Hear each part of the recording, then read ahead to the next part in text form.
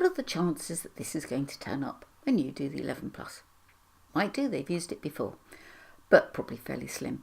And the places it will turn up, it will either be in a sort of verbal reasoning kind of tests where you've got 3 words there and then 3 words and you've got to find the closest in meaning or the most opposite in meaning, or it will turn up in one of those just straight vocabulary questions where they'll say wake here and they'll give you 4 definitions and they'll say which does not define this word.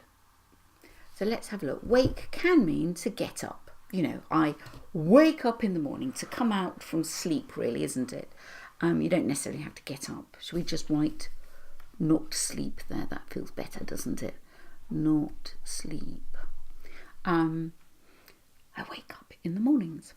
A wake is also a funeral party. So you would go to the funeral, have you cry, and then you'd go to the wake where traditionally some adults get quite drunk and you have a chat. You have lots of tea and cake, things to eat, and you exchange anecdotes, little stories about the person.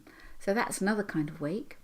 And then wake also, you know when you've got a boat going through the water and then you've got that sort of like smooth bit behind and then the waves that go out and you can see the ducks going on it. That's the wake. So those are 3 meanings of the word. See you soon.